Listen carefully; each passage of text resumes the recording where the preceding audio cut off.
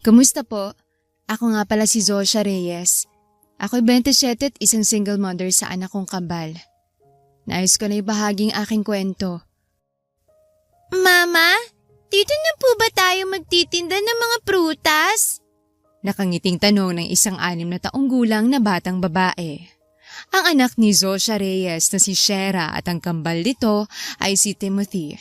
Nakahanap ng murang pwesto si Zosha para sa bago niyang negosyo. Rentahan lang naman ito na natitiyak ng dalaga na kaya niyang bayaran buwan-buwan. Prutas ang kanyang produktong binebenta. Talaga namang magaling sa pagnenegosyo si Zosha. Nakahanap pa nga siya na magsusupply sa kanya ng mga prutas. "O anak, kaya dapat tulong-tulong tayo ni na kuya at mama, okay?" Sabi ni Zosha sa anak. Tumango naman ang bibwit. Ako mama, magsisipag talaga ako. Tapos bebentahan ko mga taong dadaan dyan. Maligalig na bulalas naman ni Timothy, ang lalaking anak ni Zosha. Nakangiting ginulo ng dalaga ang buhok ng kanyang anak. Masaya siya dahil sa kabila ng hirap na naranasan niya noon ay may 2 bubwit pa rin siyang nakakasama at kakampi niya sa buhay. Magiging mayaman na tayo nito, mama? Manghang tanong ng anak niyang si Shera. Marahan na umiling si Zosha. Lumuhod siya sa tapat ng kanyang anak. "Shera, anak ko, lahat ng taong nagtatrabaho ng maayos ay hindi naman nila hinahangad ang maging mayaman. Ginagawa lang nila yon para buhayin ang sarili nilang pamilya. Katulad ko, gusto kong mabigyan kayo ng kuya mo ng magandang kinabukasan." Naintindihan ko po, mama. Pero gusto ko pa rin po talagang maging mayaman na tayo para hindi ka na mahihirapan pa. Pangangatwiran ng bubwit kay Zosha. Napangiti na lang siya. Ako rin po, mama. Yun din po ang gusto ko. Segunda naman ang kakambal nitong si Timothy. "Huwag niyo akong alalahanin, anak. Ayos lang si mama. Basta kasama ko kayo palagi." Siyempre po, lagi tayong magsasama. Hindi po tayo mag-iiwanan. Dito lang po kami ni Shera sa tabi mo, mama. Pinisil ng dalagang matambok na pisngi ng anak niyang lalaki at hinalikan ng noo nito. "Kayong swerte sa buhay ni mama. Kaya mag-aral kayo ng mabuti, anak ha?" Paalala ni Zosha sa kanyang mga anak. Nag-aaral na ng grade 1 ang kambal ni Zosha at malapit lang sa pwestong nirentahan niyang paaralan ng mga ito. Mama, pwede po kaming magdala ng prutas sa eskwela? Para po maubos na yung mansanas at tangerine natin. Pakiusap naman ni Shera sa mama niya. "Anak, mabigat yun eh." Umiiling na pahayag ni Zosha. Sige na po, mama. May bumibili naman po sa amin doon ni kuya. Pamimilit ng bubwit. "O siya, sige na nga anak. Huwag marami ah. Mabigat yon, Timothy." Opo, mama. Konting-konti lang po. Maligalig na sagot ng anak niyang si Timothy. Sa kabilang banda naman, kalilipat lang ni Miggy de la Paz sa bago niyang trabaho bilang abogado. Sa katunayan ay may sarili namang firm ang pamilya niya at siya na lang talaga ang hinihintay ng daddy niya na mag-manage noon. Nasa edad 30 na siya pero hanggang ngayon ay single pa rin. Ang kaso lang ay wala pa sa isip ng binata na pamahalaan yon. May mas importante pa siyang ginagawa sa ngayon. "Miggy, mag-settle ka na lang sa kumpanya natin, anak." Pamimilit ng kanyang ama, si Attorney Morgan. "Dad, hindi ko pa po nahanap si Zosha." Seryosong pahayag ni Miggy sa ama. "Marami ka namang inutusan ng mga tauhan mo para hanapin siya, anak." Ani pa ng daddy ni Miggy. "Pero gusto ko rin pong tumulong para mapabilis ang paghahanap sa kanya. Alam niyo naman po na posibleng may anak na kami.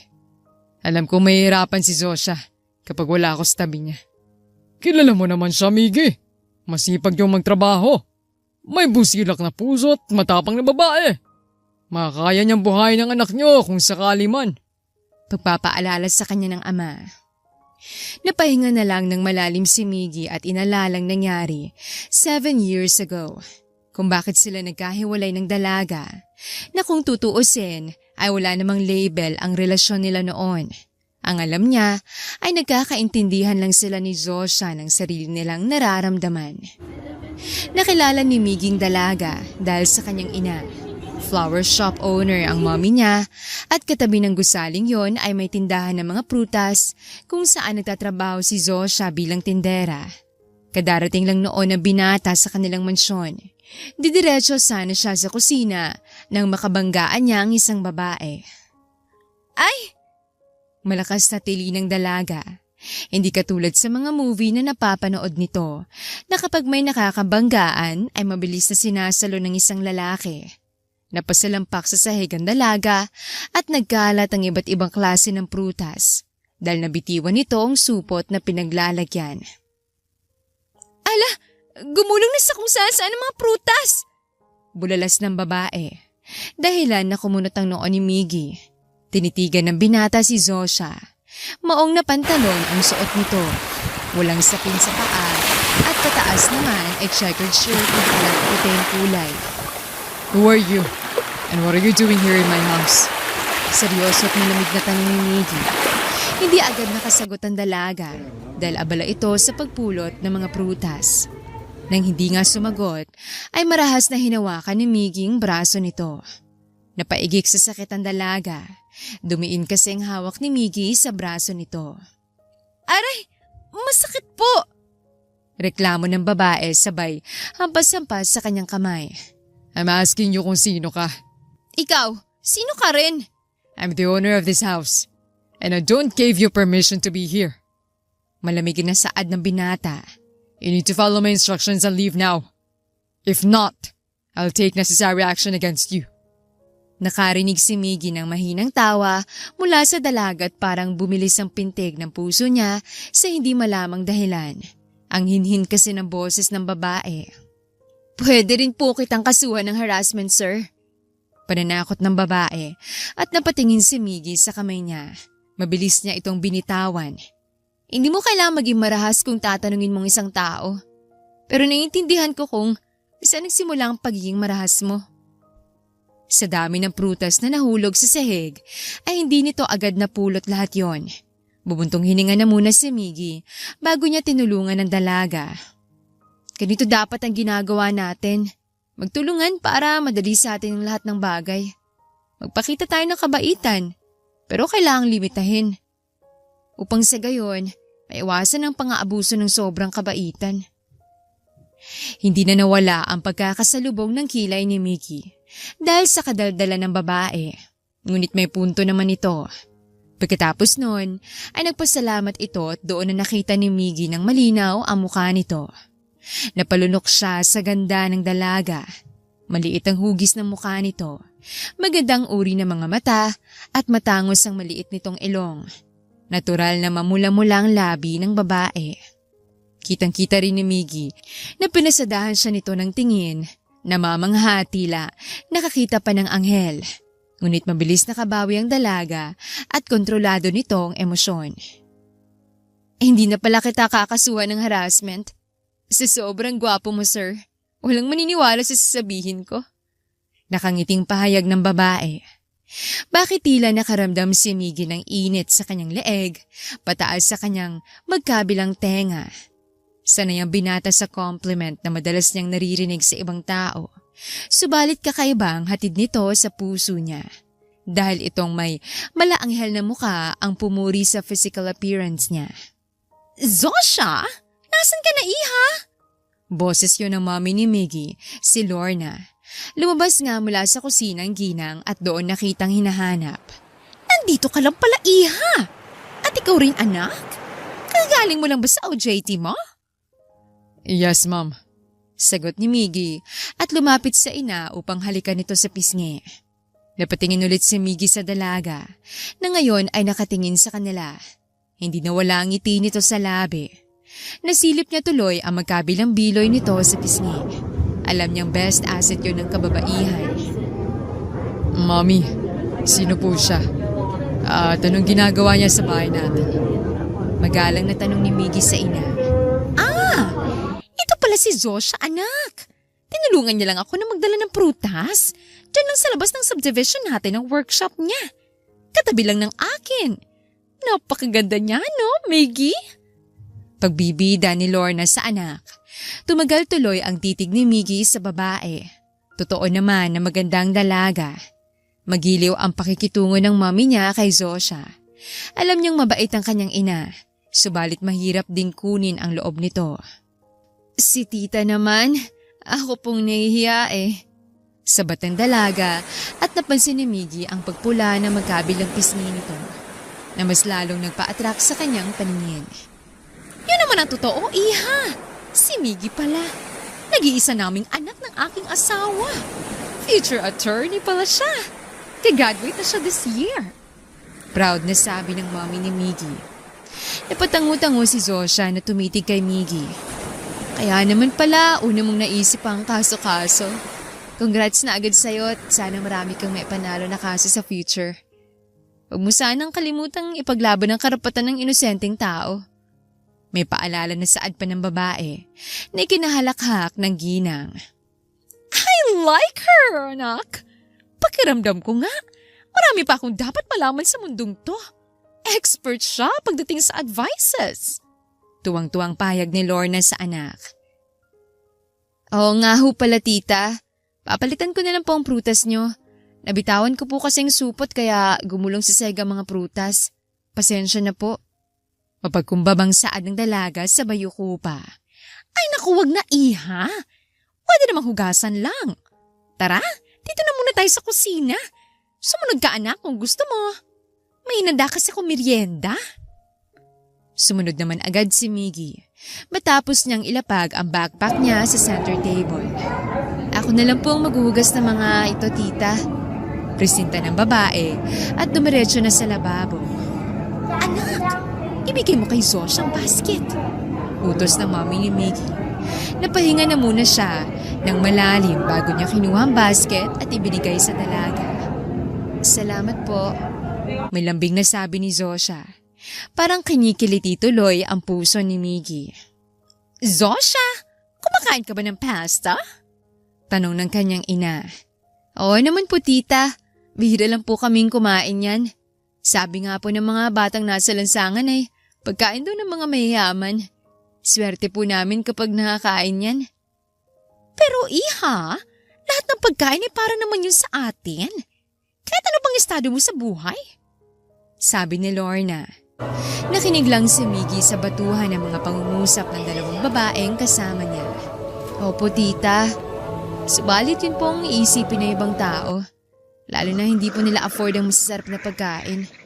Kaya po tinawag na pagkain ng mayaman ay tanging sila lang may kakayahang bumili nun. Kaya po kapag nagkapera ako, bibilan ko ng masasarap na ulam ang mga batang nag-aakala na hindi nila matitikman ng masasarap na putahe dahil lang sa kanilang estado. Mahabang pahayag ng dalaga.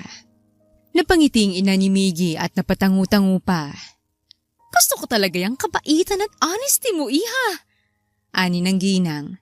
Matapos hugasan ng mga prutas ay inilapag ni Zosha ang basket sa ibabaw ng mesa, saka ito tumabi ng upo sa mommy niya.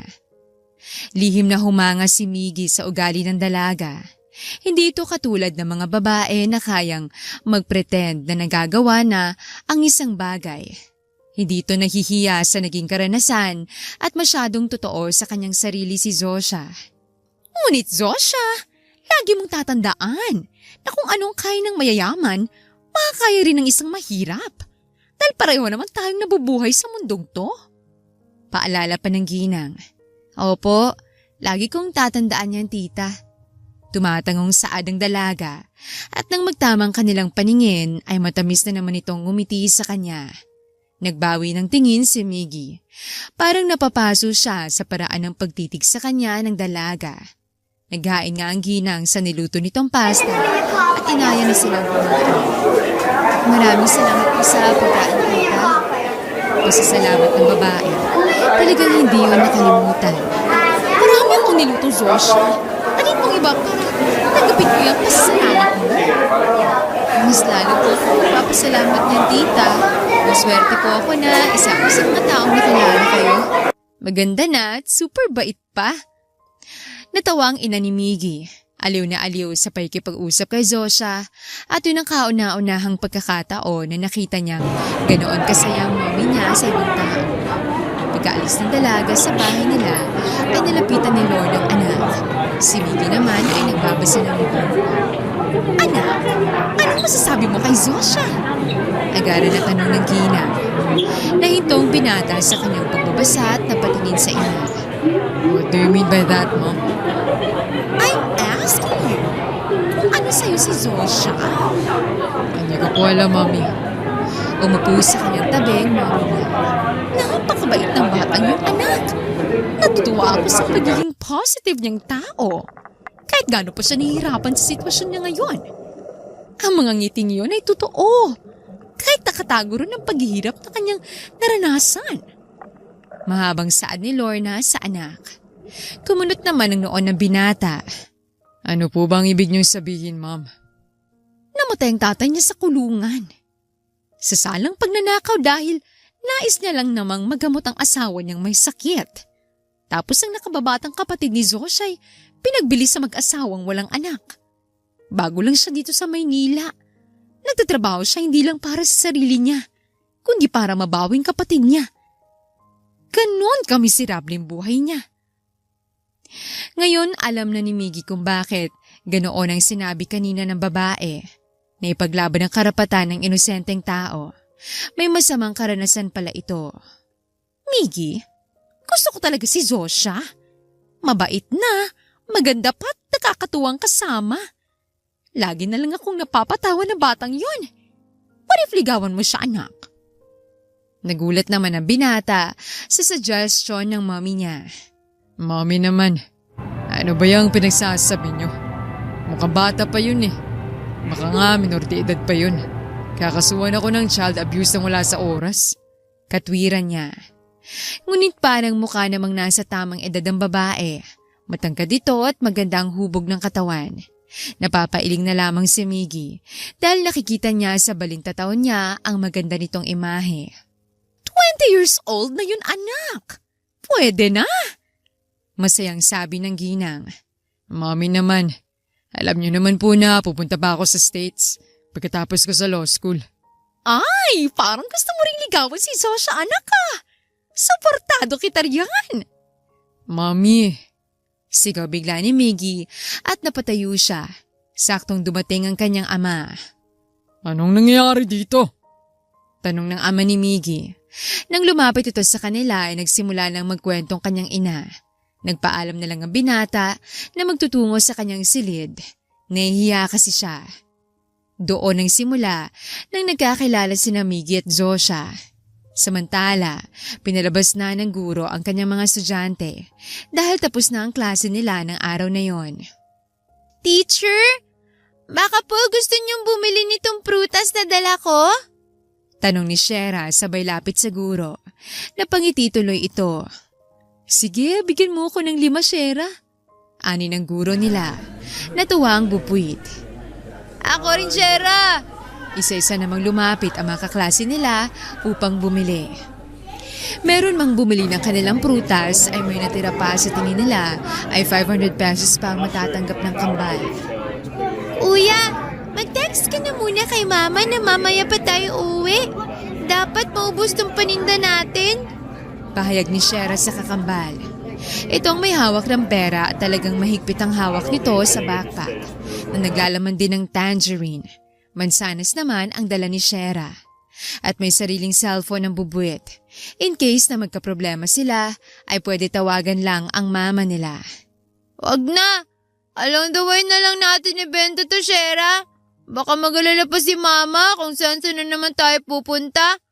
Katwira ni Timothy. Nilakad lang nilang daan pauwi sa apartment nila. Hanggang sa huminto sila sa isang gusali kung saan na may nakikita sila na labas-pasok ang mga tao. Pwede kaya tayong pumasok dyan, kuya? Curious na tanong ni Shera habang pinapanood ang mga tao. Meron na magbantay sa gusaling yon. Bawal! Bakalot ka rin tayo, Shera. Palalo sa atin yun ni mama. Bawal tayong mag-trespass. Akasuhan natin ng child abuse at harassment ang magtatangkang kalit ka rin tayo, kuya. Bulalas ng babuit.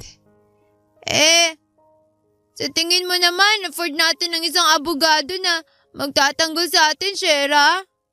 Nakataas ang kilay na tanong ng isang kambal, si Timothy. Hindi po ba, kuya? May libre naman. Dapat po ipaglaban din nilang karapatan nila sa mga inosenteng tao na nangangailangan ng tulong. Hindi po yung may pera lang ang tutulungan nila. Sinong nagturo niyan sa'yo, bata? Singit ng isang binata na parehong ikinasinghap ng dalawang bata. Sa gulat nga ng mga ito ay nabitawan ng supot at tila bumalik lang sa nakaraan ng binata. Gumulong ang mansana sa tangerine sa kalsada. Mabilis na pinulot yun ni na Timothy at Shera. Palabas na noon si Miggy nang makita niya ang dalawang bata at narinig niya ang pinag-uusapan. Kaya bata pa ay alam ng gagawin ng mga ito kapag may magtatangkang kaladkarin daw sila. Tinulungan ni Miggy ang dalawang bata at pinagpagan ng mga prutas. Thank you po, sir! Chorus ng kambal. Nag-squat ang binata upang magpantay ang mukha nila ng kanyang kaharap. Napangiti siya nang makitang itsura nito. Tila may humahaplos din sa kanyang puso. Magkamukha kayo and I believe na kambal kayo. Namamanghang tanong ni Miggy na ikinatango ng dalawang bubwit. Opo, sir! Si Sherang sumagot. Siguro proud sa yung mama at papa nyo. Dahil kambal kayo. Tapos gwapo't maganda pa. Wika ni Miggy. Napahagikik ang batang babae. Opo! Tsaka maswerte rin po kami sa mabait naming mama. Sabat naman ni Timothy. Hindi kayo takot makipag-usap sa isang estranghero? Umiling ang mga ito at may tinuro sa kung saan. Nang tingnan nyo ng binata ay CCTV footage lang pala. Kapag may balak po kayong masama sa amin, ay hindi ka lalapit sa amin kung alam mong may CCTV camera sa paligid. Tsaka po, sisigaw kami at hihingi ng tulong kay Manong Guard. Paliwanag ng batang lalaki. Namangha tuloy si Miggy. Matalino nga ang batang kaharap niya. Saka siya nagsalita. Tama yan. Lagi niyong tatandaan yan. Ang masamang tao ay takot sa CCTV footage. Pero may mga pagkakataon na ginagawa pa rin nila yon. Pauwi na ba kayo? Naka-uniforme kasi ang kambal. Opo, tapos nagbebenta po kami ng prutas. Kaso nahulog na sa kalsada. Malungkot na sabi ng batang babae. Napakasipag niyo naman. Matiim na pinagmamasdan ni Miggy, sina Timothy at Shera. Hindi mukhang dukha ang kambal dahil mapuputi sila. Parang alagang-alaga nga ng mga magulang. Hindi rin mukhang madungis kahit galing pang eskwelahan. Oo naman po. Gusto namin tumulong kay mama eh. Ako na lang ang bibili niyan para diretso na kayong makakauwi sa bahay niyo. Sabi ni Miggy at naglabas ng pera mula sa kanyang wallet. Pero po sir, nadumihan na. Nababahalang saan ng bilinggit. Ayos lang naman. Pwede pa ang hugasan at pwede mong tanggalin ang balat ng mansanas. Lalo ng tangerine. Ay, sige po. Sabi niya yan. Chorus pa ng kambal. Ano pong pangalan niyo? Ako si Miggy. Attorney Miggy de la Paz. At dyan ako nagtatrabaho. Narinig kong sinabi niyo kanina tungkol sa child abuse at harassment. Kung may gagawa niyan sa inyo, huwag kayo mahiya na puntahan ako at hanapin sa building na to. Mahabang pahayag ni Miggy. Matapos niyang bigyan ng tig 500 ang dalawang bata, nagpasalamat pa ito. Paano kung hindi kami papasukin, sir? Malungkot na tanong ni Shera na tinanguan naman ni Timothy. Bumunot ng business card niya si Miggy at ibinigay yon kay Timothy. Tawagan niyo na lang ako dito. Paano po kung ibang sumagot? Tapos sasabihin na busy ka po. Pagdadahilan naman ni Timothy. Naigalaw-galaw ng binatang hintutulo niyang daliri. Matalino ka talagang bata. Ito na lang ibibigay ko sa inyo. Sabi ni Miggy at isinulat na lang niya sa papel ang contact number niya. Pero dalhin niyo lang ang business card ko. Pwede kayong makapasok dito sa paraan yan. Bihira ako magbigay niyan. Sa mga kliyente ko lang. Salamat po. May kaibigan na kaming abogado. Natutuwang bulalas ni Shera. Tapos ang kakambal niya ay malapad na ngumiti lang. Kayo naman. What's your name? Ako po si Timothy. Siya po si Shera, ang kakambal ko. Kahit letter T po ang unang letra ng pangalan ko, hindi ibig sabihin noon ay akong mas bata. Ako raw naunang lumabas, sabi ni Mama. Kaya po technically, akong kuya. Mahabang intro ni Timothy. Ginulo lang ni Miggy ang buhok ng batang lalaki at hinawakan naman niyang ibabaw ng ulo ni Shera. Mabuti pa umuwi na kayong dalawa. Mag-iingat kayo ha. Opo, malapit lang naman po dito ang apartment namin. Sigaw ni Timothy at hinawakan sa kamay si Shera. Nagpaalam na nga sila at naiwang nakapamulsa si Miggy. Bakit tila ang pagod na naramdaman ng binata ay naglaho na lang bigla. Masaya siyang nakilalang kambal na yon. Sana hindi ito umulat huling pagkikita natin. Shera at Timothy. Usal ng binata, saka siya pumasok sa building. Dumaan sa nirentahan nilang kambal at naabutan ng mama nilang nakikipag-usap sa landlady ng gusaling yon. Ma'am Beth, hindi niyo po pwedeng gawin to sa akin. Nagpirmahan na po tayo ng kontrata at bayad na po ako sa 2 buwan kong renta. Sigaw ni Zosha at nagmamakaawa siya sa matabang babae. Paulit-ulit ka na naman. Sinabi kong binabawi ko na ang kontrata. Ani ng ginang. Ma'am, pwede ko kayong kasuhan dahil sa kontrata natin. Akala mo naman na matatakot ako sa banta mo. Pwede kong bawiin ang kontrata at isa pa. Wala ka namang hahabulin pa sa akin. Dahil binenta ko ng lupang kinatitiri ka ng gusaling to. Kaysa isa mo nang akutin tong produkto mo. Bulalas pa ng ginang at marahas na binawing nito ang brasong hawak ni Zosha. Napasalampak na lamang sa sahig ang dalaga at naiyak sa kanyang sitwasyon. Ngunit nang marinig niya ang boses ng kanyang mga anak, ay mabilis niyang pinunasan ng luha sa kanyang pisngi. Tumayo na rin siya. Mama, ano pong nangyari? Agad na tanong ng kambal. Malas yatang negosyo natin sa lugar na to. Mga anak, kailangan nating magligpit at umalis dito. Yun lang ang sinabi ni Zosha. Wala siyang choice kundi uuwi na muna sa apartment nilang iilan niyang prutas. Bakit po, Mama? Husisa ni Timothy. May bumili na nitong lugar. Ayos lang, nabawi naman natin ng pera. Pwede tayong maghanap ng iba na mas murang renta kaysa dito. Diba? Tama po kayo, Mama. Pagsang-ayon ng 2 bata at niyakap nila ang kanilang mama upang bigyan ito ng comfort. Ayaw ni Zosha na humarap ng mahina sa kambal niya. Gusto niyang ipakita na matatag siya upang sa gayong hindi rin malulungkot sina Shera at Timothy. Mama, tatawagan ko po si Tito Jules ha. Magpapatulong po tayo sa paghakot nito. Suwestyon ng anak niyang si Timothy. Nag-aaral pa sa kolehiyong nakababatang kapatid ni Zosha at pinapaaral ito ng mag-asawang umampon. Sige po, kapag hindi busy si Tito.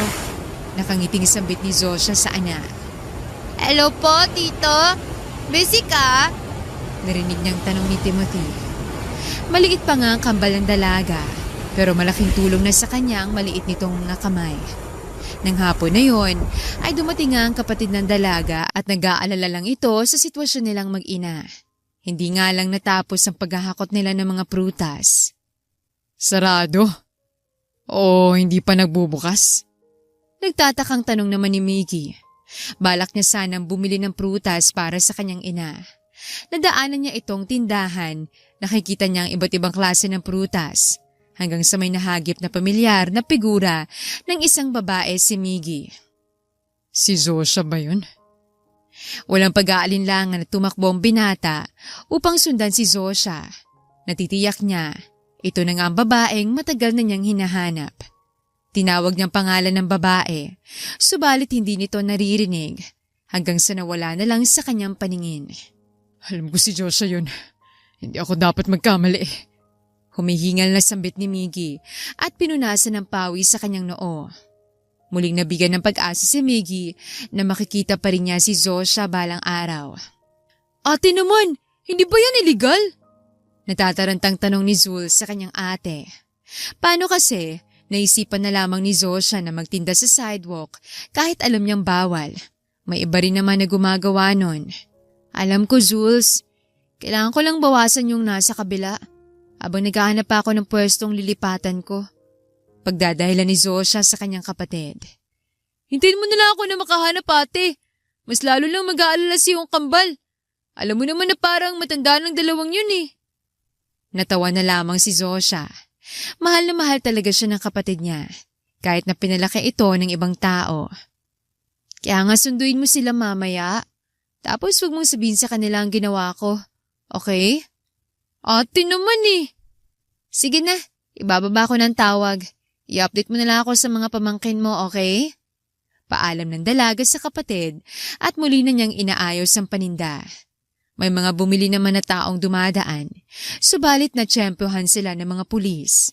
Nahuli si Zosha dahil nais pa sana niyang kunin ang kanyang paninda nang hinatak na siya sa loob ng police car.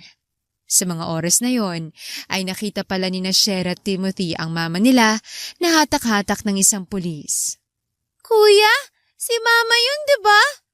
Pagtataka ni Shera, sabay turo sa isang direksyon kung saan makikita na pinang-aapak ang mga paninda. Si mama nga! Bulalas naman ni Timothy. Umiiyak na sumigaw sila at balak sana sumama, subalit nakaalis na agad ang ito. Kuya, ano na si mama? Umiiyak na tanong ni Shera sa kapatid. Niyakap naman siya ito. Ayos lang si mama. Ano, tawagan na lang natin si Tito? Huwag ka umiyak. Ayaw ni mama na ganyan ka. Nag-aalala po ako kay mama, kuya. Bakit nila yung mama ko? Nagdadabog na tanong ni Shera. Shera, Tana. Tawagan na lang natin si Tito Jules. Oh, tama. May kabigat pala tayong abogado. Magpapatulong tayo sa kanya. Pero sa ngayon, tiningnan ni Timothy ang paninda na alam niyang pwede pang ibenta. kunin na muna natin to. Pwede pa tong ibenta. Masasayang lang. Sige po, kuya. Si Miggy naman ay wala na sa kanyang salitang pagsuko. Bumalik siya sa lugar kung saan niya nakita ang dalaga. Hanggang sa makita niya sina Shera at Timothy na namumulot ng kung ano sa sidewalk. Napansin ng binata na umiiyak si Shera, kaya dali-dali niyang pinark ang sasakyan niya sa gilid ng kalsada. Pinaghirapan to ng mama ko! Dinig niyang sigaw ni Shera. Shera! Timothy! Anong nangyari? Dinuluhan ni Miggy ang kambal at nang makita siya ng mga bubwit ay agad siyang nilapitan. Sir Miggy! Chorus nila. Anong nangyari sa mga prutas? Sa inyo ba to? Nag-aalalang tanong ng binata. Pinunasan ni Miggy ang luha sa pisngi ng batang babae. Mas naiyak lang ito. Inuli po ng mga pulis ang mama namin. Nakita po namin siya na pinasakay dun sa sasakyan nila. Sumbong ni Timothy. Dito ba nagtitindang mama nyo? Bawal dito sa sidewalk eh. Hindi po. Manirentahan po si mama pero minawi po ng matabang babaeng yon. Sir Miggy, tulungan niyo pong mama namin. Kawawa naman po siya. Gusto niya lang pong magtinda. Pero inuli po siya ng mga pulis. Nagsusumamong saad ni Shera. Niyakap na lamang ito ni Miggy. Hindi niya kasi alam kung bakit tila nasasaktan siya sa nangyari sa kambal. Okay. Tutulungan ko kayo. Tara na dito. Dalhin po natin to, Sir Miggy. Tumango na lang si Miggy sa tanong ni Timothy. Pinaupo niya sa backseat ang magkapatid. Inilagay naman ni Miggy ang prutas sa compartments ng kanyang sasakyan. Hinanap ng binata ang presinto ng pulisya na maaring pagdalhan sa mama ng kambal. Hanggang sa may nakita nga siya. Hindi ko alam kung dito nila dinalang mama nyo. Pero titingnan ko muna. Pwede pong sumama, Sir Miggy? Pakiusap ni Timothy. Tumingin pa siya kay Shera na hindi na huminto sa pag-iyak. Okay. Inakay na nga ng binatang 2 bubwit. Papasok sa loob. Anong pangalan ng mama nyo? Ang papa nyo? Nasaan siya? Baka pwede nating tawagan para may tumayong guardian. Wala po kami Papa, Sir Miggy. Sagot sa kanya ni Shera. Nakaramdam tuloy siya ng kirot sa dibdib.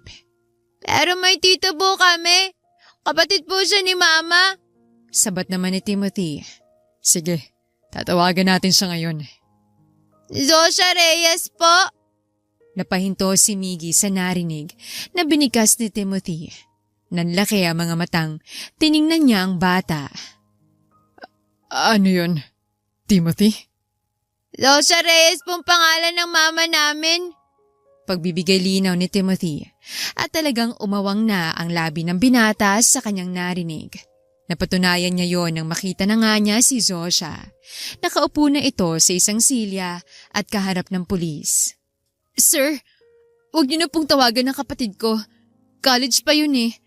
Tsaka sinabi ko na po sa inyo na wala na akong ibang kamag-anak. Patay na ang mga magulang ko. Tandang-tanda pa ni Miggy ang boses ng dalaga. Kaya natitiyak niyang si Zosha pa yon. Mama! Mama! Mama! Naguunahan ng kambal na lumapit sa ina. Shera? Timothy? Ano ginagawa niyo rito mga anak? Sino kasama niyo para… Zosha. Sambit ni Miggy sa pangalan ng babae. Napatingin ito sa kanyang direksyon at nagtamang kanilang mga mata. Miggy? Paano mo? Hindi magawang tapusin ng dalaga ang kanyang pangungusap dahil sa gulat. Mama! Tutulungan ka po ni Sir Miggy. Isa po siyang abogado, Mama. Sigaw ni Timothy. Lumapit si Shera kay Miggy at hinila siya nito palapit sa ina. Sir Miggy, siya na pong mama namin. Siya po si Zosha Reyes. Please po, tulungan ninyong mama namin ni Kuya. All right, I will help. Madaling nailabas mula sa presinto si Zosha. Nagbayad lang ng multang binata. Hiyang-hiya pa siya dahil sa lahat ng pagkakataon ay ngayon pa sila muling nakita ni Miggy. Pasensya na sa abala, Miggy. Pero babayaran kong pera mo. Ani Zosha sa lalaki. Umiling lang ito. Forget it, Zosha. Sa ngayon ay hindi yun ang importante sa akin. Mariin na saad lang na binata. Sabay tingin sa kambal. Before that, sa ibang lugar na lang tayo mag-usap. Binuksan ni Miggy ang pinto sa backseat. Nagkatinginan pa ang dalawang bubwit. Mama? Tawag ni Timothy sa kanyang ina. Sumakay na muna kayo, anak. Uuwi na tayo.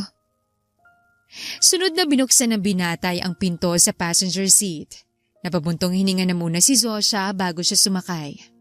Marahan pa na isinara ito ni Miggy. Sir Miggy, kilala niyo po palang mama namin? Daldal ni Shera. Tiningnan lang ito ng binata mula sa rearview mirror ng kanyang sasakyan. Yes. Tipid na sagot ng binata. Kanina pa ayaw kumalma ang mabilis na pintig ng puso ni Zosha. Kahit wala naman siyang pwedeng ikabahala. Kilala niya si Miggy. Hindi ito gagawa ng isang bagay na ikasasakit ng isang tao. Ang galing naman po! Paano mo naman sila nakilala, Miggy? Usisa ni Zosha. Ang kanyang atensyon ay nasa binata. Dumaan lang sila sa firm na pinagtatrabahuan ko. Nagbebenta ng mga prutas ng kambal. Unexpected ang pagkikita namin. Nilapitan ko lang sila dahil sa narinig kong pamilyar na sinabi mo nun. Kaswal na paliwanag ni Miggy. Ganun ba? Bakit mo hinayaan silang magtrabaho, Zosha? Bata pa sila. Makulit ang mga anak ko, Miggy. Kaya nang naisipan ko na magbenta ron sa sidewalk, sinabi ko na sa kapatid ko na huwag niyang sasabihin sa kambal. Alam ko nga hanapin nila ako at tutulong pa rin sila. Narinig ko may nirentahan ka na building. At binawi yun ng may-ari kahit may kontrata kayo. Pwede mo siyang kasuhan ng breach of contract. Kahit siya pang may-ari nito.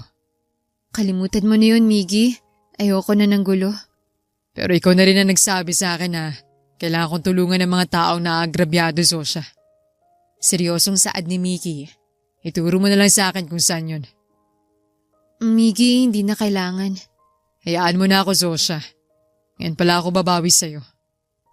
Napahinga ng malalim si Zosha at wala siyang nagawa kundi ang sumunod sa utos ng binata. What a coincidence. Agara na sambit ni Miggy pagdating nila roon. Ano yun? Pagtataka ni Zosha. Hawak niyang parehong balikat ng kanyang mga anak. Nadaanan ko to kahapon. Bala kong bumili ng prutas para kay Mommy. At dito rin kita nakita. Nanatiti akong ikaw na yon. Kaya ako nakita sina Shera at Timothy sa lugar na yon. Nehiyang anas ni Zosha. Hindi naman kasi niya alam ang sasabihin sa lalaki. Nakita ko kung paano umiyak ang kambal. Dahil nakita nila ang paghuli sa'yo ng mga pulis. Kaya hindi ako makakapayag na ganun-ganun na lang yun. Pero Miggy, may magagawa ka ba sa bagay na yun? Binenta na raw niya ang lugar na to. Nababahalang saad ni Zosha. Trust me, I can do that. May contact number ka ba niya? Tumangulang si Zosha sa tanong ng binata at ibinigay niya ang cellphone number ng landlady. Gusto mo ba manatili pa rin dito, Zosha? Anong ibig mong sabihin, Miggy? Naguguluhan na tanong ng dalaga. Kung gusto mo pa rin magtinda sa lugar na to. Malapit kasi to sa apartment namin. Sa eskwelahan din ng mga anak ko. Pero ano bang gagawin mo? Bibilin ko ang lupang kinatitirikan nito. Miggy, sandali lang. Sumenyas lang ang binata na manahimik siya dahil tinatawagan na nitong landlady. Hindi naman pinagdududahan ni Zosha ang kakayahan ng lalaki. Mayaman ito at alam niyang makapangyarihan. Makukuha nito ang gusto ng ganun lang kadali. Pinagtuunan na lang ng pansin ng dalaga ang kanyang kambal. Napansin niyang mugtong-mugtong mata ni Shera. Umupo sila sa sahig. Malinis naman ito dahil sa nalinisan na nila kahapon. Natakot ba kayo, Shera, Timothy? Malambing na tanong ni Zosha. Sabay na tumangong dalawang bubwit. Sobra po, Mama. Sigaw po ako ng sigaw. Sabi naman ni Kuya, huwag kang umiyak, Shera. Ayaw ni Mama ng ganyan. Alam ko naman po. Pero hindi ko po mapigilan. Kasi nag-aalala ako sa iyo, Mama. Pagdadadaldal ng anak niyang si Shera, hindi niya mapigilan ang matawa. Ang ingay mo kasi, Shera. Sabat naman ni Timothy. Akala mo naman po, kalmado lang si Kuya, Mama. Pero nakita ko naman po na tumulong luha niya. Mabilis niya ng pinunasan. Sumimangot pa nga si Shera. Nag-aalala rin naman ako kay Mama. Siyempre may iyak din naman ako. Sa kabila ng hirap na dinanas ng dalaga ng araw na yon, ay nakampante naman siya. Dahil kasama niyang kanyang mga anak, nagbibigay sa kanya ng lakas sa tatag. Inasikaso nga agad ni Miggy ang tungkol sa pagbawi ng kontrata ng landlady. Kinasuhan niya ito at pinagbayad niya rin ng damage. Subalit mabait ang dalaga. Pinili lang nito na tanggapin ang bayad. Pero nabili naman ni Miggy ang gusaling yon. Dad, nahanap ko na po si Zoysa. Pagbabalita ni Miggy sa ama. Nasa labas siya at malinaw niyang nakikita ang pagkukulitan na mag-iina. Dumating din na nakababatang kapatid nito na may dalang pagkain. Paano? Saan mo siya nakita, anak? Tanong ng ama niyang nasa kabilang linya. Sa presinto ko na po siya nakita, Dad. Hinuli po siya ng mga pulis dahil nagtinda siya sa sidewalk. Kumusta naman siya, anak? Nagawa mo na ba siyang ilabas dyan sa presinto? Opo. To be honest po, wala akong idea. Nakita ko lang kambal na umiiyak. Tulungan ko raw po ang mama nila at si Zosha nga po yun, Dad. Kung ganoon, tamang hula mo. Na may anak kayo at kambal pa. May himigan sa boses ng daddy ni Miggy gulat. Sigurado po ko sa hula ko, Dad. Na akin po ang kambal. Sa mukha pa lang po, nararamdaman kong lukso ng dugo. Seryosong saad ni Miggy. Napatingin pa siya sa pinto nang sumilip doon si Shera. Sir Miggy, hali po kayo sa loob. Kain po tayo, sabi ni Mama. Anyaya ni Shera. Nakarinig si Miggy na tila may nahulog na bagay sa kabilang linya. Boses na ba yan ng aming apo, anak? Nauutal na tanong ng Daddy Morgan niya. Yes, Dad. Tumatangong sagot ni Miggy sa ama bago siya nagpaalam. Naglahad na ng kamay si Shera. Nakangiting tinanggap na lamang yon ng binata at nagpaubaya na siya sa bata. Napatingin pa si Miggy sa kamay nito na 2 daliri niya lang ang nahawakan ni Shera. Gusto niya ang maliit na kamay nito na nagdadala ng kapayapaan sa kanyang puso. Nandito na po si Sir Miggy, Mama. Pahayag ng bata sa ina. Kung gusto mo lang naman na kumain ng merienda, Miggy. Kung busy ka talaga ay sige lang. Kakain ako. Agara na sagot ni Miggy. Nang tinapik ng isang kambalang space sa tabi nito, ay umupo roon si Miggy sabay aya niya kay Shera. Tahimik lang ding nanonood si Jules, ang kapatid ni Zosha. Nang mapansin nito ng dalaga, ay bahagya niyang si Nico ang kapatid. Anyways, thank you pala sa pagtulong mo sa ate ko. Matigas kasing ulo niyan eh. Sinabi ko naman sa kanya na bawal magbenta ron. Panimula ni Jules. May kasama pang ang sermon para kay Zosha. No worries. Pero kalabisan na ang pagbili mo ng building na to para sa ate ko. Alam mong hindi niya to matatanggap agad-agad. Sabi pa ni Jules. Pwede namang bayaran to. Kahit installment lang ay okay na. Nagtama pa ang mga mata nila ni Miggy. Ngunitian na lamang niya ito. Kumain ka na lang. Pasensya na kung sa sahig ka lang nakaupo. Pero huwag ka mag-alala, malinis naman to. Usal niya kay Miggy. I don't mind, Zosha. Kain na lang tayo. Siya ang papa ng kambalate? Tanong ni Jules sa nakakatanda niyang kapatid. Nasa labas sila tapos nang nagmerienda. Nakipag-usap sina Shera at Timothy sa binata. Oo. Siya lang naman ang nag-iisang lalaking dumaan sa buhay ko, Jules. Pero sa mga panahon na yun ay may relasyon kami. Pero walang label. Malungkot na saad ng dalaga. Kaya ba umalis ka nun? Kahit sinabi niyang maghintay ka? Marahan na tumangulang si Zosha. Babae lang ako. Kahit alam mo kung gaano ako katatagay, may kinatatakutan din naman ako. Ayoko maghintay na walang assurance kung totoo bang babalikan pa rin niya ako. Lahat naman ng tao ay maraming weakness. Hindi porket nakikita kang matatag ay matapang mo nang haharapin ang magulong realidad. Ate, nakikita ko na parang mahal ka ng Miggy na yun. Hindi niya bibili niyang gusali na yan at hindi siya mag-aaksaya ng oras para kasuhan ng landlady kung wala siyang nararamdaman sa'yo. Paliwanag naman ni Jules. Ayokong mag-assume, Jules. Sinabi niya noon na gusto niya ako. Pero 7 taon nang nakalilipas at ang nararamdaman ng isang tao ay pwedeng magbago. Well, sabagay tama ka dyan, ate. Pero malay mo naman, kayo talagang nakatadhana. Dahil kung hindi pagtatagpuin ng tadhana ng inyong landas. Kailan ka pa natuto sa mga salitang yan, Jules? Naku, mag-aral ka muna ha. Mamaya niyan mababalitaan ko na lang na nakabuntis ka na. Kapag nangyari yun kakalbuhin talaga kita. Banta ni Zosha sa kapatid at tumaksyon pa siya na sasabunutan ng kapatid. Natawa ito sa kanyang tinuran. Si ate talaga, magunos dili ka. Hindi ko po magagawa yun, tsaka wala akong girlfriend ngayon. Kailangan ko magtapos sa pag-aaral para matulungan na kita. Pero magagawa ko pa kaya yun, kayong may tutulong na sa'yo? Balak pa yatang agawin ka mula sa akin. Wika ni Jules. Che? Mangako ka na lang na tutulungan mo ko. Huwag mo na lang pansinin ang papa ng kambal. Mabuting tao yan. Mabuting at hindi mo kang galit sa akin. Pero ate Zosha, kung balak niligawan kay sabihin mong harapin na muna ako. Kahit mas bata ako kaya kong makipagsuntukan sa attorney na yan. Seryoso, na may halong pagbibiro na saad ng kapatid ni Zosha. Ewan ko sa'yo, Jules. Umuwi ka na nga. Baka kanina ka pa hinahanap ng nanay-nanayan mo. Aniya sa kapatid. Magpapaalam na muna ako kay Shera at Timothy. Baka magtampo na alis ako nang hindi nagpapaalam sa kanila. Nagpaalam na nga si Jules at sila naman ay hinatid ni Miggy sa apartment na tinutuluyan nila. Magpalit na muna kayo ng uniforme nyo, Shera, Timothy. Ani Zosha sa kanyang mga anak. Opo, Mama!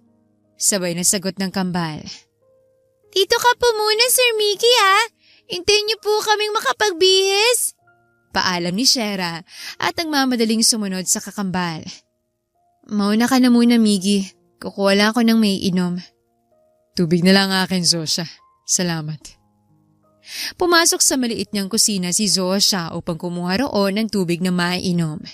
Napapangiti siya dahil katulad pa rin dati ang nararamdaman niya para sa binata. Tapos ang gaan pa rin sa pakiramdam na kausapin sa Miggy.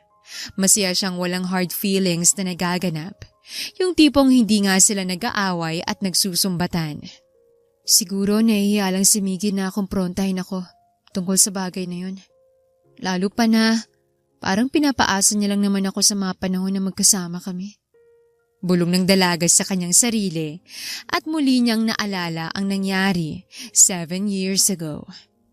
Simula na magkakilala sina Miggy at Zosha ay napalapit na sila sa isa't isa. Lalo na parang sinasadya ng ginang na iwan sila sa isang lugar at magkamabutihan na. Kaya napapadalas na ang solo moment ng dalawa. Tutuloy ka na sa Amerika? Kailan naman ang balik mo, Miggy? Mahinang tanong ni Zosha sa binata. Yakap-yakap siya ni Miggy mula sa likuran. Nasa balkonahe sila ng silid nito. Tinatanaw ang magandang hardin. 2 taon lang naman ako doon, Zosha.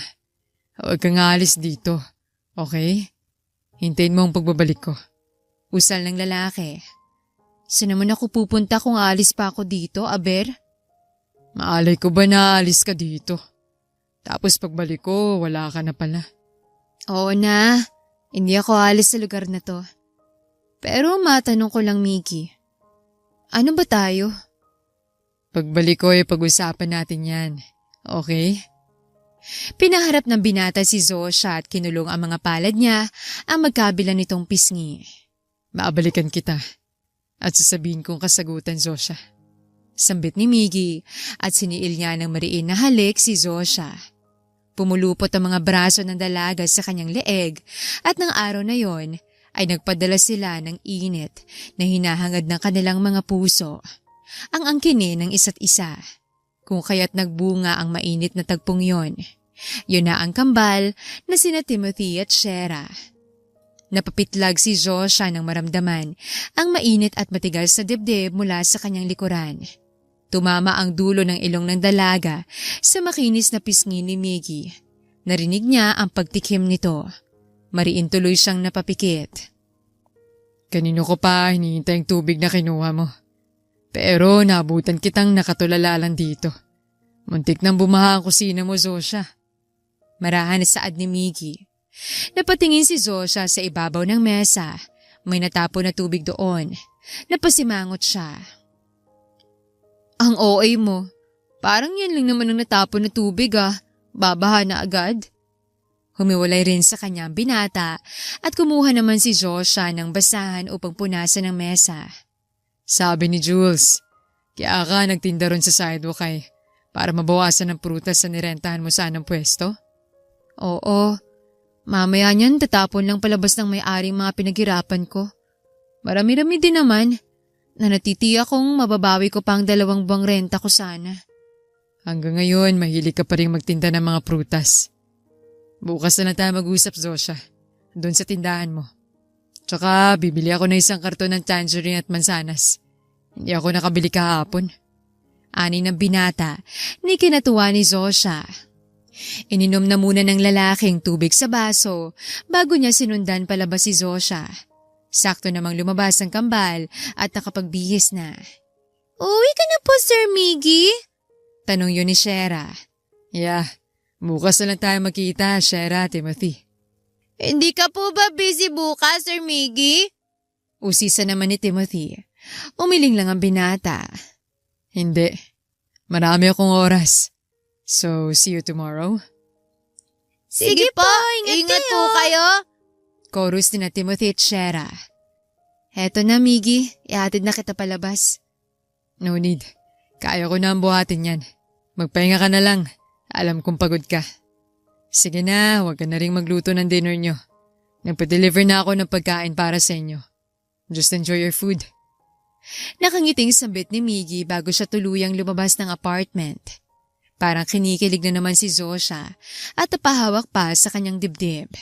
Hindi na niya namalayan ang 4 na pares ng matang nanonood sa kanya. Mama, okay ka lang po ba? Bakit namumulang cheeks ni Mama, Kuya?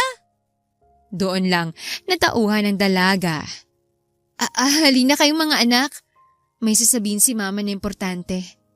Wika ni Zosha at pareho niyang hinawakan sa kamay ang kambal. Dinala niya sa sofa at doon pinaupo. Kinuwento ni Zosha ang tungkol sa papa ng mga ito. Nagulat nang sabihin niya na si Miggy ay ang papa ng kambal. Umakto na parang hihimatayin ang anak niyang babae. Yun pala, natuwa lang. Pero bukas, hayaan niyo muna siyang magpakilala sa inyo anak ha? Hindi pa kasi kami nakakapag-usap ng maayos. Aniya sa kambal. Yes po, mama. Nakakatuwa naman po. Excited na ako para bukas. Kaya naman po pala parang matagal ko na siyang kilala. Mama, yan pala siyang papa namin ni Kuya Timothy. Alam niya po ba na anak niya kami, mama? May hula na siya, anak. May kumatok sa apartment nila. Dumating na yata ang pagkain na in-order ng papa niyo. Pinagsaluhan na nga nilang kainin ang in-order ni Miggy. Kinaumagahan nga ay nagulat na lang si Zosha nang may dumating na mga lalaki para ayusin ang tindahan niya. Nang makita niya si Miggy ay agad niyang nilapitan nito. Miggy, anong mga yan? Nagtatakang tanong ni Zosha. Bumili lang ako ng mga gamit na kakailanganin mo sa tindahan mo. Sagot ng binata at nagpalingalinga pa sa paligid na tila may hinahanap. Pero Miggy… Okay lang naman, Zosha. Pwede mo namang bayaran yan. Siya nga pala, naasan sina Shera at Timothy? May pasok sila ngayon.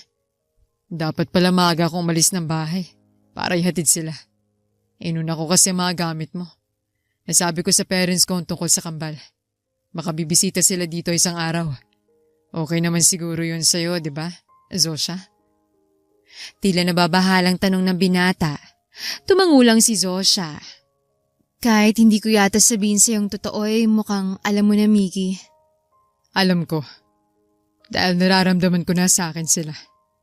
Tsaka pwede mo bang itanggi sa akin ang mukha nila na halata kung sino ang ama nila? Kung pwede nga Pero nangingibabaw talaga ang mukha ng isang dalapas. Yeah, I can see that. Matagal kitang hinanap, Zosha. 2 taon na nakalipas. Umuwi ako na ikaw sana ang una kong pupuntahan. Pero ang sabi ni Mommy, umalis ka agad nang nakaalis din ako sa bansa. Palipat-lipat ako ng firm para lang hanapin ka. Ngayon lang ako hindi nabigo. Miggy, sorry kung hindi ko natupad ang pangako kong maghihintay ako sa'yo. Ani Zosha. Parang any moment ay iiyak na siya. Ayos lang, Zosha. Naintindihan ko naman kung bakit mo ginawa yun. At huwag na nating ibalik ang nakaraan. Ang mahalaga ang nasa kasalukuyan. Pag-aalon ng binata sa kanya at tinawakan siya nito sa kamay. Dahan-dahang hinila ni Miggy ang dalaga at mahigpit na niyakap si Zosha. Sobra kitang na-miss, Zosha. Hindi mo alam na halos mabaliw ako nung umuwi ako nang wala ka. Pero ngayon makakahinga na ako ng maayos. Dahil alam kong nasa maayos na kalagayan ka. Kasama mo pa ang mga anak natin. Thank you, Zosha. Thank you sa kambal. Tanggap nga ng binatang kanilang kambal at kahit kakikilala pa lang ay tila mahal na nito sina Shera at Timothy. Mabilis lang naayos sa mga gamit sa tindahan ni Zosha. Maganda pa ang pagkaka-organize nito. Nagpresenta naman si Miggy na sunduin ang kambal, sinabi lang ng dalaga kung saan nag-aaral ang mga ito. Si Zosha naman ay naiwang mag-isa sa tindahan niya, pero may mga tao na bumibili sa kanya ng prutas. Hanggang sa dumating, ang hindi niya inaasahan na bisita. Mabilis sa sinalubong ng dalaga ang parents ni Miggy. Good afternoon po, Ma'am Lorna at Sir Morgan. Nehiyang bati ni Zosha. May dalang pumpo ng bulaklak ang ginang. Nang mapatingin siya dito, ay nakangiti na pala ito. Long time no see, Zosha! At bakit yata ang mamot sir ng tawag mo sa amin, iha? Magiliw na tanong ng ginang. Tita Lorna. Pagtatama ng dalaga sa kanyang sarili. Lumapit ang mommy ni Miggy sa kanya at niyakap siya nito. I miss you, iha. Umalis ka na lang noon nang hindi nagpapaalam sa akin. Kaya nag-alala rin kami, Zosha. Sorry po talaga, tita. Kailangan ko lang po talagang umalis ng araw na yon. It's okay. We understand, Iha. Singit ni Sir Morgan, ang daddy ni Miggy. Inayan na lamang ng dalagang mag-asawa sa loob at hinintay ang pagbabalik ng binata kasama na sina Shera at Timothy. Napasarap na nga ang kwentuhan nila at saka lang dumating ang mag-aama. Sila na bang aming apo, Iha? Namamanghang tanong ng ginang at nilapitan na nito ang bagong dating. Mom, eto na po sila. Si Shera po at si Timothy. Mga anak, silang mommy at daddy ni Papa. Sina Lola Lorna at Lolo Morgan. Pakilala ng binata. Ang galing po! May mommy at daddy ka po pala, Papa? Natutuwang saan ni Shera. Mukhang ang nakapag-usap na ang mag-aama dahil kilala na nga nila ang isa't isa. Ang ganda-ganda naman ng Shera namin! At ang gwapo naman ng Timothy namin! Manang-mana kayo sa akin! Naaliw na saad ng mommy ni Miggy at pinagtuunan na ng pansin ang kanilang kambal. Nasa counter sina Miggy at Zosha. Nakikita pa rin nila ang masayang kwentuhan ng mga magulang nito kasamang kambal. Kahapon pa gustong pumunta ni Mommy para lang makita sina Timothy at Shera. Sabi ko next time na lang para hindi kayo mabibigla. Pero ayaw magpaawat ng parents ko. Pagkakwento naman ni Miggy. Ayos lang. Mas matutuwa pang kambal. Pangarap din nilang magkaroon ng lolo at lola. Sinabi mo agad sa mga anak natin ang tungkol sa atin, Zosha? Kilala mo naman ako, Miggy. Hindi naglilihim. Mag-uusisa rin ang dalawang bubwit na yan. Talagang magkakilala tayo. Zosha, may pabor sana akong hihilingin. Panimula ng binata. Ano yon? Tugon ng dalaga. Nagbibilang ng pera si Zosha, kaya doon nakatutok ang kanyang atensyon. Pwede ba sa susunod na taon ay ako naman ang magbayad ng tuition ni na Shera at Timothy? Sukat doon ay natigilan si Zosha at napatingin siya kay Miggy. Hindi naman ganun kalaki ang tuition ng kambal, Miggy. Pero sige, kung yan ang gusto mo, magsabi ka lang sa akin kung ano pang plano mo para sa mga bata. Wika ni Zosha. Sa totoo lang, marami akong plano, Zosha. Pwede ko rin ba silang ilipat sa private school? Mukhang seryoso nga ang binata sa pabor na hinihingi nito. Gusto ko rin palitan sana ang apelyido nilang dalawa. Karapatan naman siguro nila na adalin ang pangalan ng pamilya namin, no? Mukhang seryoso ka sa bagay na yan, Miggy. Sige, ikaw na bahala sa lahat. Binibigay ko na sa'yo ang karapatan mo sa mga anak mo. Anak natin. Pagtatama ng binata at nakataas pa nga ang kilay nito. Tumango si Zosha. Oo na, anak natin. Masaya ka na po ba, attorney? Dahil sa tinawag ng dalagay na pangiti na lamang si Miggy, muli niyang naramdaman ang kasiyahan sa piling nito. Sobra. Sagot ni Miggy sa tanong ng babae. Matuling lumipas sa mga araw, walang pinagbago sa relasyon ni Miggy at Zosha. Kahit na hindi pa nila pinag-uusapan ang tungkol sa kanila, katulad pa rin sila ng dati na nagkakaintindihan sa pamamagitan ng kanilang mga damdamin. Sinimulan na rin ni Miggy gawin ang responsibilidad niya bilang ama sa kambal. Hatid sundo na niya sina Shera at Timothy. Siya na rin ang nagbibigay ng baon sa mga ito. Tapos ang mami naman niya ang nagpapabaon ng pagkain. Papa, wag mo na po akong bigyan ng pera. Hindi ko naman po nababawas. Dahil may baon kaming pagkain na galing kay Lola. Sabi ni Timothy sa papa niya. Ako rin po, Papa. Yung 500 po nung isang araw ay nandun lang sa wallet ko. Segunda naman ni Shera. Yung pabaon po kasi ni Lola ay masasarap. Kaya busog po kami lagi. Tapos may milk pa, Papa. Ganyan kayo kamahal ang lola niyo, anak. Sige na nga, hindi ko na kayo bibigyan pa. Basta magsabi lang kayo kapag wala na kayong pera. Okay? Pakiusap ni Miggy sa kanyang kambal. Opo, Papa! Chorus ng mga babuit. Tara na, punta na natin si Mama sa tindahan niya. Makailangan niya ng maraming kamay para tumulong. Tanging hagikik na lang ang naisagot ni Shera at Timothy kay Miggy. Kasalukuyan namang may kinakausap sa counter ang dalaga at nakipagkwentuhan siya sa customer niyang lalaki. Hindi na malaya ni Zosha ang pagdating ng kanyang mag-aama. Naramdaman na lang niya na may humawak sa kanyang bewang at humalik sa pisngi niya. Hi babe, mukhang masaya ang pinag-uusapan niyo ah. Boses yun ni Miggy na ikinaigtat ng dalaga sa gulat, lalo na nung humigpit ang hawak nito sa bewang niya. Oh, Miggy, nandiyan na pala kayo. Usal niya kay Miggy at tiningnan pa niya ang kambal na nag-aayos ng mga prutas. Kanina pa, hindi mo lang kami napansin dahil busy ka sa pakikipagtawanan mo dito. Malamig na saad ni Miggy. Mariin na itikom na lamang ni Zosha ang kanyang bibig. Nakaramdam ng tensyon ng customer at hindi na magawang makatingin sa binata. Kaya naman nagmamadali na nitong dinampot ang pinamilit umalis na hindi na nito hinintay pang sukli. Keep the change na raw. Maraming salamat po. Pasasalamat ng dalaga at masaya na naman sa pagbibilang ng pera. Hindi na muling nabigyan ng pansin ang binata na na-bad trip agad. Kaya nagdadabog na umalis ito sa tabi ni Zosha. Napatalon pa sa gulat ang dalaga. Anong problema ng lalaking yun?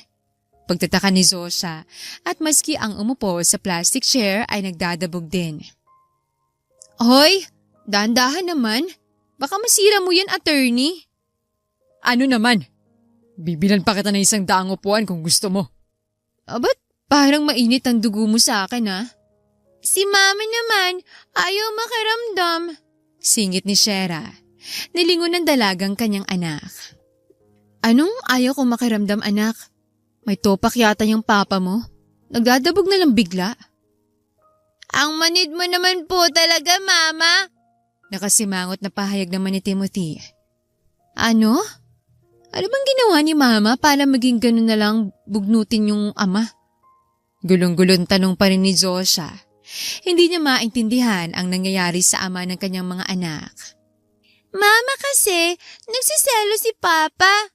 May kausap ka pong lalaki kanina. Tapos hindi mo po kami napansin nang dumating na kami. Nagpapapansin na nga po sa'yo si Papa. Pero nagbilang ka lang po ng pera. Kawawa naman si Papa. Sambit naman ni Shera at napatakip na lang sa bibig si Zosha. Talaga? Nagsiselos lang ang papa niyo? Parang natuwa pa nga ang dalaga sa kanyang nalaman.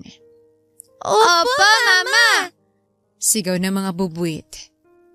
Bakit naman nagsiselos ang papa niyo? Wala naman kaming label. Sabihin niyo yan sa papa niyo, mga anak. Marahan na utos ni Zosha na agad sinunod ng dalawang bata. Maya-maya ay kusang lumapit sa kanya si Miggy. Tahimik lang ito sa kanyang harapan. Ano pa bang label na kailangan mo, Zosha? Hindi ba halata yung relasyon natin? Maya-maya ay nagsusumamo na sambit ni Miggy. Miggy, magbago ka na. May mga anak na tayo. Hindi na tayo tulad pa ng dati na may MU lang. Kung maniligaw ka sa akin ay humingi ka lang ng permiso sa kapatid ko. Ani Zosha at itinurong saktong pagdating ng nakababatang kapatid niya. Tsaka, hindi porket mas nauna tayong nagkaanak ay makakuha mo na lang agad-agad ang matamis kong oo. Oh, what's going on here? Sabat ni Jules sa kanilang usapan. Jules, pwede ko ba ang ligawan ng ate mo? Agara na tanong ni Miggy. Sure! Kahit alam kong hindi na kayo bata dapat lang talaga naligawan mong ate ko, Kuya Miggy. Babae pa rin naman si ate. Take note na hindi na lang siya basta-basta babae lang. Ina siya ng mga anak mo. Paalala ni Jules na ikinatango ni Miggy. Alam ko na yan. Bigyan mo ng bulaklak si Mama, Papa. Singit ng bubuit na si Shera. Yes, ma'am. Tatandaan niya ni Papa. Bulaklak para sa mama niyo. Sagot ni Miggy na sinabayan ng pagsaludo. Tamang-tama na walang pasok bukas ang kambal. Ako nang bahala sa tindahan mo, ate. Presenta ng kapatid ni Zosha. Inaya na nga ng binata ng date ang sarili niyang pamilya. Kinabukasan nga ay maagang naghanda ang kanilang sarili ang mag-iina ni Miggy. Ang ganda mo, Mama! Papuri ng anak niyang si Shera. Puting duster ang suot ng dalaga. Simple lang ito, ngunit maganda naman ito. Ikaw rin anak ko. Kasyang-kasya sa iyong dress na binili ng lola mo Komento rin ni Zosha at inayos ang tali sa bandang bewang ng baby girl niya. Ako po mama, kamukha ko na po ba si Papa? Sabat naman ni Timothy. Nakaputing polo shirt ito at asul na shorts naman pababa. Mas gwapo ka pa sa papa mo anak. Hala, mukha kayong yayamanin sa suot niyo Siyempre, kanino pa magmamahal ng kambal kundi sa papa nila. Singit bigla ni Miggy. Parang lumakas ang hangin Ramdam niyo ba, Shera, Timothy? Birong tanong ng dalaga at nauwi lang sila sa tawanan. Unang dinala ni Miggy ang kanyang mag-iina sa amusement park. Lahat yata ng rides ay sinubukan nila at makikita sa mukha ng mga anak niya ang kasiyahan. Bumili rin si Miggy ng stuffed toys para sa dalawang bata at nahihiya pa nung una si Zosha. Pero kalaunan ay napilit siya ng binata. Tig-isa kasi sila. Pagkatapos noon ay sa fast food restaurant sila nagpunta. Balak sana ni Miggy sa mamahalin na resto pero tumanggi ang kambal. Gusto raw ng mga ito ng spaghetti at may fries. Kahit gaano pa ni Spinoil na binata si Shera at Timothy ay talagang hindi ito naghahangad ng sobra-sobra. Gawin natin to every weekend para lagi tayong may family bonding, Miggy. Kung ayos lang sa'yo at may singit mo sa schedule mo. Wika ni Zosha. Of course, Zosha. First priority ko ngayon ang pamilya ko. Nakangiting tugon ni Miggy. Sumakay tayo ng rides kahit ilang beses pa, Mama, Papa. Swestyo naman ni Shera. Ako rin, kahit na medyo nasusukan na rin po ko. Ani naman ang kakambal nitong si Timothy. Alright, isasave agad ni Papa ang araw na to. Tamang-tama dahil sinasagot na rin kita ngayong araw. Nagulat man si Miggy, ay napangisi lang siya. Akala ko ba mahirap ko makuha ang matamis mong oo, miss? Nagpa-poker face na lang si Zosha. Ayaw mo? Gusto mong bawiin ko, Miggy? Of course not. Mabilis sa sagot ng binata. Lumapit siya kay Zosha at mabilis niyang ninakawan ito ng halik sa labi. Galing sa trabaho niya si Miggy ng araw na yon. Hindi niya napuntahan ng mag-iina niya dahil nagpaalam si Zosha na may lakad daw ang mga ito. Medyo nagtampo ang binata dahil hindi siya kasama. Tumuloy siya sa kusina para sana kumuha ng tubig na maiinom subalit may nakabanggaan siyang isang babae. Ay! Tili ng pamilyar na boses at kasabay na bumagsak ito sa sahig kasama ng mga prutas. Napakurap-kurap si Miggy dahil tila pamilyar sa kanya ang eksenang ito. Hanggang sa naalala niya ang first encounter nila ng girlfriend niyang si Zosha. Zosha? God, okay ka lang babe? Nag-aalalang tanong ni Miggy. Kandangiwi ang dalaga at marahan siya nitong hinampas sa braso niya. Ikaw talaga, Miggy. Dapat tularan mo yung nasa movie na sasaluhin ng isang babae. Pero ikaw, ay nako, no comment na lang. Reklamo ni Zosha na ikinatawa niya. Inalalayan ni Miggy ang dalaga sabay halik sa noo. Pasensya ka na. Hindi ko napanood ang tinutukoy mong movie kaya hindi ko alam ang gagawin. Ewan ko sa'yo, Miggy. Tulungan mo na ako magpulot mga prutas, This is deja vu. Komento ni Miggy na tinanguan ng girlfriend niya. Saka lang napansin ni Miggy ang ayos ng nobya. Nakasuot ito ng apron. So, dito kayo nagpunta? Oo. Tara sa kusina tayo, babe. Tinuturuan ako ni mommy na magluto ng paborito mong kare-kare. Nandun nga ang mommy ni Miggy at ang cute niyang anak na si Shera. Suot din ito ang pink na apron. Papa! You're home na po! Salubong sa kanya ni Shera at patakbong lumapit sa kanya. Oo. Magtatampo na sana si Papa dahil umalis kayo nang hindi ako kasama. Yun pala, dito kayo nagpunta. Sus, ang sabihin mo, clingy ka lang attorney. Singit ng dalaga at ang ginang naman ang natawa. Nasa naman si Timothy at Dad, Mom? Nasa sala, anak. Hindi mo ba nakita? Naglalaro yun ng chessboard. Sagot ng kanyang ina. Doon muna ako. Paalam ni Miggy. Hinalikan pa niya ang 3 babae na mahalaga sa kanya. Lola, hindi niyo naman po ako inahayaan na manalo eh. Narinig ni Miggy na reklamo ng kanyang anak. Sa boses pa lang ay maiiyak na ito.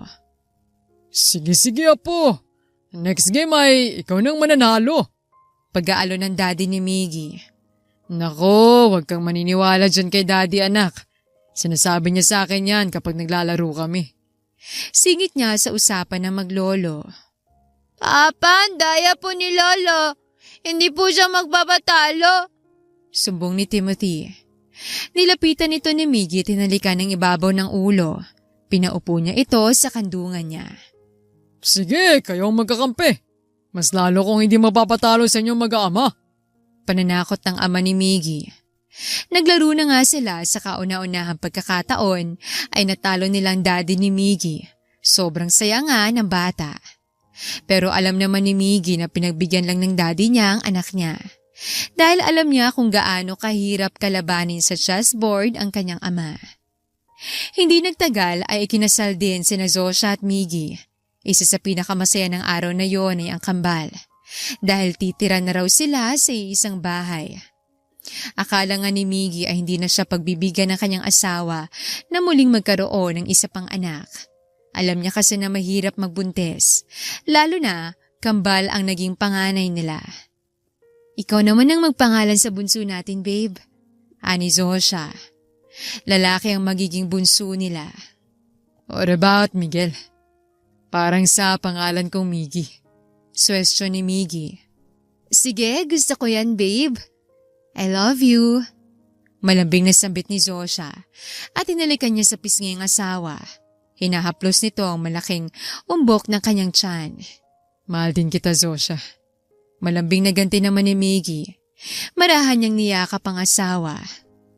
Hindi naging klaro ang relasyon noon ni Zosha at Miggy kaya sa huli ay nagkahiwalay pa rin sila. At ang pagkakaroon ni Zosha ng panibagong buhay ay isa na yung sorpresa para sa kanya. At ito ang paniniwala ni Zosha. Harapin mo ang mga sorpresa ng buhay ng may tiwala dahil ito ay bahagi ng mga karanasan na magbibigay sa atin ng mga aral.